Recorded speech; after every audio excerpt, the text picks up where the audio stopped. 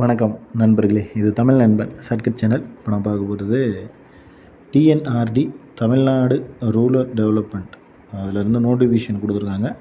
அதை பற்றின முழுமையான விளக்கம் அப்படின்றது பார்த்துருவோம். ஆல்ரெடி வீடியோவாக போட்டிருக்கோம், இருந்தாலும் நிறைய பேருக்கு நிறைய சந்தேகம் அப்படின்றது இருக்குது.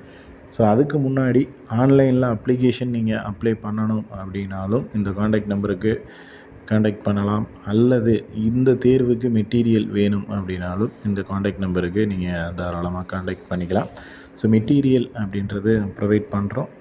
முழுக்க பார்த்தீங்க அப்படின்னா இது வந்து மிகப்பெரிய ஒரு ஆப்பர்ச்சுனிட்டி அப்படின்னே சொல்லலாம். ஏன்னா இந்த நோட்டிஃபிகேஷனில் அப்படின்றது அடிக்கடி வரப்போகிறதில்ல. இந்த முறை நமக்கான வாய்ப்பாக வந்திருக்கு.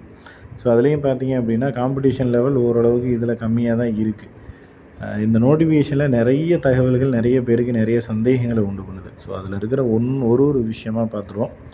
ஃபஸ்ட்டு இதுக்கு யார் அப்ளிகேஷன் போடலாம் அப்படின்னு பார்த்தீங்கன்னா, நீங்கள் தமிழகத்தில் இந்தியாவில் பிறந்த இந்திய குடிமகனாகவும் தமிழகத்தில் இருக்கக்கூடிய இந்தியா முழுக்க பண்ண முடியாது, தமிழகத்தில் இருக்கக்கூடிய நபர்களாக இருந்தீங்க அப்படின்னா கண்டிப்பாக நீங்கள் தாராளமாக அப்ளிகேஷன் போடலாம். இதில் ஆண்கள் தான் போடணும், பெண்கள் தான் போடணும் அப்படின்றது எதுவும் கிடையாது. ஸோ யாராக இருந்தாலும் அப்ளிகேஷன் அப்படின்றது நீங்கள் போட்டுக்கலாம்.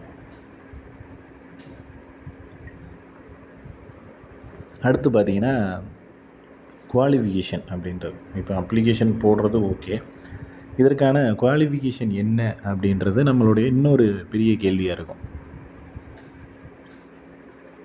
அதாவது போஸ்டிங் பார்த்தீங்கன்னா ஸ்ப்ளிட் பண்ணி தான் போட்டிருக்காங்க.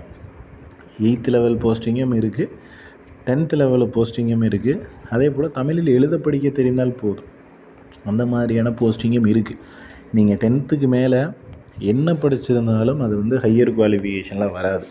நீங்கள் டாக்டரேட் பண்ணிக்கிட்டு கூட நீங்கள் தாராளமாக இந்த போஸ்டிங்க்கு அப்ளிகேஷன் போட்டு நீங்கள் தாராளமாக இதை அட்டன் பண்ணலாம். அதில் எந்த ஒரு கட்டுப்பாடுகளும் யாருக்கும் விதிக்கலை. ஸோ 8th ஸ்டாண்டர்டாக இருந்தாலும் சரி, 5th ஸ்டாண்டர்ட் தமிழ் எழுத படிக்க தெரிந்தால் போதும், அந்த மாதிரியான ஜாபாக இருந்தாலும் சரி, 4 விதமான அது அவங்களுக்கு தெரியும் என்னென்ன போஸ்டிங் அப்படின்றது. ஸோ 4 விதமான போஸ்டிங் கொடுத்துருக்காங்க. பதிவரை எழுத்தர், டிரைவரு, அலுவலக உதவியாளர், இரவு காவலர். இதுதான் அந்த 4 விதமான பதவிகள் அப்படின்றது. ஸோ இதுக்கு தான் நம்ம இந்த கல்வி தகுதிகள் அப்படின்றது இருக்கணும், அதை சொல்கிறோம். ஸோ உங்களுக்கு கல்வி தகுதி எக்ஸஸாக இருந்தால் எந்த ஒரு தகுதி இழப்பும் உங்களை பண்ண மாட்டாங்க. பட் பிலோவாக இருக்குது, அதாவது நான் 8ஆம் வகுப்பு கூட படிக்கலை, 7ஆம் வகுப்பு தான் படிச்சிருக்கேன், 5ஆம் வகுப்பு தான் படிச்சிருக்கேன் அப்படின்னாலும் தமிழில் எழுத படிக்கல் தெரிந்தால் போதும்னு அதாவது இரவு காவலர் போஸ்டிங் அப்ளை பண்ணலாம். ஸோ அதுக்கும் கீழே இருக்குது அப்படின்னா தான் நீங்கள் கவலைப்படணும். அதனால் எலிஜிபிள் அப்படின்றது கண்டிப்பாக எல்லாருக்குமே யாருக்காவது ஒரு போஸ்டிங்க்கு இருக்குது. அதில் முக்கியமாக நீங்கள் பார்க்க வேண்டியது, தெரிஞ்சிக்க வேண்டியது, உங்களுடைய மாவட்டத்தில் உங்களுடைய கம்யூனிட்டி வைஸில் உங்களுக்கு வேக்கண்ட் இருக்கா அப்படிங்கிறத தெரிஞ்சுக்கணும். இதில் 100க்கு 99% போஸ்டிங் எல்லாமே பொது பிரிவு தான் போட்டிருக்காங்க. ஸோ பொது அப்படின்னா நமக்கு என்னென்னா, யார் வேணால் அப்ளிகேஷன் போடலாம், யார் வேணாலும் இதுக்கு எலிஜிபிள் இருக்குது, எல்லாருக்குமே எலிஜிபிள் இருக்குது. ஸோ அது அப்ளிகேஷன் யார் வேணால் போட்டுக்கலாம் அப்படின்றது தான் அந்த பொது, அதனுடைய மீனிங் அப்படிங்கிறது. ஸோ அதனால் நீங்கள் பயப்பட தேவையில்லை. அந்த நோட்டிஃபிகேஷன்லேயும் தெளிவாக கொடுத்துருக்காங்க, எந்த டிஸ்ட்ரிக்டில் எந்த போஸ்டிங்க்கு, மெயினாக பார்க்க வேண்டியது என்ன போஸ்டிங்க்கு எவ்வளோ வேக்கன்சி இருக்குது அப்படிங்கிறத தெளிவாக கொடுத்துருக்காங்க. ஸோ அதுதான் நமக்கு மிக முக்கியமான விஷயம் அப்படிங்கிறது.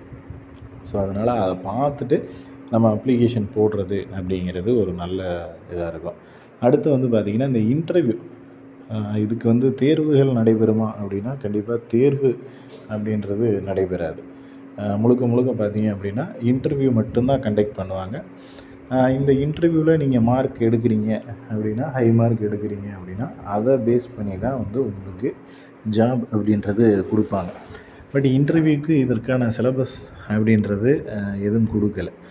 சிலபஸ் என்ன அப்படின்னா, நம்மளோட இந்த ஊரக வளர்ச்சி மற்றும் ஊராட்சித்துறை, தமிழில் அதுதான் அதனுடைய பெயர், ஓகேங்களா. ஸோ இதில் இதனுடைய ஹிஸ்ட்ரி, இது எப்படி ஸ்டார்ட் பண்ணாங்க, எங்கே ஸ்டார்ட் பண்ணாங்க, யார் மூலயமா இது இம்ப்ளிமெண்ட் ஆச்சு, என்னெல்லாம் பண்ணியிருக்காங்க, இங்கே என்ன வேலைகள் பண்ணுவாங்க, என்ன இதனுடைய முக்கியமான பணிகள் என்ன, ஊரக வளர்ச்சித்துறை யாருக்காக செயல்படுது, யார் மூலியமாக செயல்படுது, என்னென்ன வேலைகள் பண்ணுறாங்க, இந்த மாதிரியான கேள்விகள் அப்படின்றது அதனுடைய A to Z ஊரக வளர்ச்சித்துறை மற்றும் ஊராட்சி நிர்வாகம் இதை வந்துட்டு கண்டிப்பாக கேட்பாங்க. ஸோ அதனால் முடிஞ்ச வரைக்கும் நம்ம ஊரக வளர்ச்சி மற்றும் ஊராட்சி துறையில் இருக்கக்கூடிய A to Z தகவல்கள் அப்படிங்கிறது நம்ம ப்ரொவைட் பண்ணுறோம்.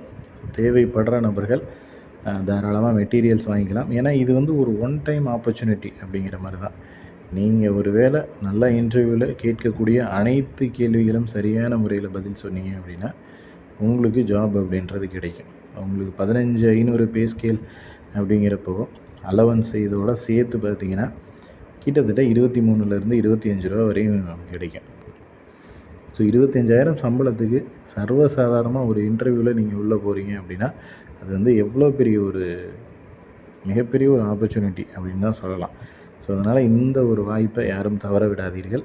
அடுத்து வந்து நமக்கு எலெக்ஷன் டைம் அப்படிங்கிறதுனால 99.9% நியாயமான முறையில் எடுக்கிறதுக்கான வாய்ப்புகள் அப்படின்றது இருக்குது. ஸோ அதனால் மனம் தளராமல் போட்டி போடுங்க. போட்டி போடுறதுலேயும் முக்கியமாக படித்து நம்ம அதை தெரிஞ்சு நம்மளுக்கு அதற்கான அறிவுகளை வளர்த்துக்கிட்டு இன்டர்வியூ போகணும் அப்படின்றது என்னுடைய தாழ்மையான வேண்டுகோள். ஏன்னா நம்ம போனதுக்கப்புறம் அது முடிஞ்சதுக்கப்புறம் ஒரு நிமிஷம் கூட வருத்தப்பட்டு எந்த பிரயோஜனமும் இல்லை. நம்ம போகிறதுக்கு முன்னாடி அந்த இன்டர்வியூ அட்டன் பண்ணுறதுக்கு முன்னாடி நம்ம அதுக்கு தயாராக இருக்கோமா, நமக்கு அதை பற்றி ஏதாவது ஒரு புரிதல் இருக்கா, நமக்கு அந்த டிபார்ட்மெண்ட் பற்றின ஏதாவது விஷயங்கள் தெரியுதா அப்படின்றத யோசித்து நம்மளாலேயே நம்மளை வந்துட்டு கொஞ்சம் ஓரளவுக்கு அறிவை வளர்த்துக்கிட்டு போய் இன்டர்வியூ அட்டன் பண்ணணும். எதுவுமே தெரியாமல் போய் அட்டன் பண்ணிவிட்டு அங்கே கேட்கக்கூடிய ஈஸியான கேள்விகளாக கூட இருக்கலாம். ஸோ அந்த கேள்விகளுக்கு பதில் சொல்ல முடியாமல் வெளியில் வந்துட்டு இதை மட்டும் தெரிஞ்சிருந்துச்சுன்னா என் வாழ்க்கை நேரம் மாறி இருக்கும் இப்படின்னு சொல்லி புலம்புன நபர்கள் ஆயிரக்கணக்கில், லட்சக்கணக்கில், கோடிக்கணக்கான நபர்கள் 50 வயசில் புலம்புற ஆளும் இருக்காங்க, 40 இருக்காங்க, 30 இருக்காங்க, ஏன் 25 வயசுலேயுமே இப்போ ட்ரை பண்ணிவிட்டு போன மாதம் ஒரு எக்ஸாமுக்கு போனேன், சின்ன மிஸ்டேக்கு அப்படிங்கிற மாதிரி சொல்லிக்கிட்டு தான் இருக்கேன். ஸோ அதனால் இந்த சின்ன மிஸ்டேக் அப்படிங்கிறது வாழ்க்கையில் மிகப்பெரிய ஒரு மாற்றத்தை கொண்டு வரும். ஸோ அதனால் இந்த சின்ன சின்ன மிஸ்டேக்ஸ் அப்படின்றத பண்ணாமல் இதுக்கெல்லாம் நம்ம படிக்கணுமா, இதை பற்றி நமக்கு தெரியாதா அப்படின்ற ஒரு எண்ணம் எப்போதுமே மனுஷங்களுக்குள்ளே வந்துக்கிட்டு தான் இருக்கும். ஸோ அந்த எண்ணத்தை ஓரம் கட்டிட்டு எதையும் தெரிஞ்சுக்குவோம் அப்படின்னு நினச்சிக்கிட்டு படிங்க. படித்தா தான் கண்டிப்பாக நம்மளால் இதுலேயும் சக்ஸஸ் பண்ண முடியும். இன்டர்வியூ தானே அப்படின்னு நினச்சோம்னா எல்லாருமே அப்படி தான் நினைப்பாங்க. இன்டர்வியூ தானே பார்த்துக்கலாம், இதுதானே அதுதானே அப்படின்னு நினச்சோம்னாலே கண்டிப்பாக நம்ம அந்த இடத்துல தோல்வி அடைகிறோம் அப்படின்றத தெரிஞ்சுக்கிங்க. எல்லாமே கஷ்டம்தான், அதற்கான உழைப்பு போட்டோம் அப்படின்னா அது எல்லாமே ஈஸி தான். எந்த உழைப்பும் இல்லாமல் எதுவுமே கிடைக்காது. அதனால் அதை மனசில் நிறுத்திக்கிட்டு கொஞ்சம் உழைப்புகள் அப்படின்றத போடுங்க. அப்ளிகேஷன் இன்னும் பண்ணலை அப்படின்னா தயவு செஞ்சு சீக்கிரமாக பண்ணிடுங்க. கடைசி ஒரு 3 நாட்களுக்கு நீங்கள் ட்ரை பண்ணுறது அப்படிங்கிறது வேஸ்ட்டாக தான் இருக்கும். ஏன்னா வெப்சைட் எப்போ எப்படி என்ன மாதிரி இருக்கும் அப்படிங்கிறது யாராலையும் யூகிக்க முடியாது. ஸோ அதனால தான் இப்போவே சொல்கிறேன், முடிஞ்ச வரைக்கும் உங்களோட அப்ளிகேஷனை கொஞ்சம் தெளிவாக போட்டுருங்க. அதுவும் முன்னாடியே போட்டுருங்க. கடைசி நாட்களில் போயிட்டு நம்ம ட்ரை பண்ணிக்கிட்டு இருந்தோம்னா அது ஏதாவது ஒரு டெக்னிக்கல் இஷ்யூவில் ஏதோ ஒரு ப்ராப்ளம்னால நம்மளால் அப்ளிகேஷன் போட முடியாமல் போச்சுன்னா அது மிகப்பெரிய ஒரு பின்னடைவை ஏற்படுத்தி கொடுக்கும். அதனால் தயவு செஞ்சு இப்போவே அப்ளிகேஷன் போட்டுருங்க. போடாத நண்பர்களாக இருந்தீங்க நீங்கள் அப்படின்னா அடுத்து வந்து தொடர்ச்சியாக நம்ம டிஎன்ஆர்டி சம்மந்தமான தகவல்களோட இனிமேல் வீடியோஸ் அப்படின்றது கொடுத்துக்கிட்டே தான் இருப்போம். தொடர்ந்து இதனுடைய வீடியோக்கள் அப்படின்றது வந்துக்கிட்டே தான் இருக்கும். ஸோ நெக்ஸ்ட்டு அடுத்தடுத்த வீடியோக்களில் பார்ப்போம். தேங்க்யூ.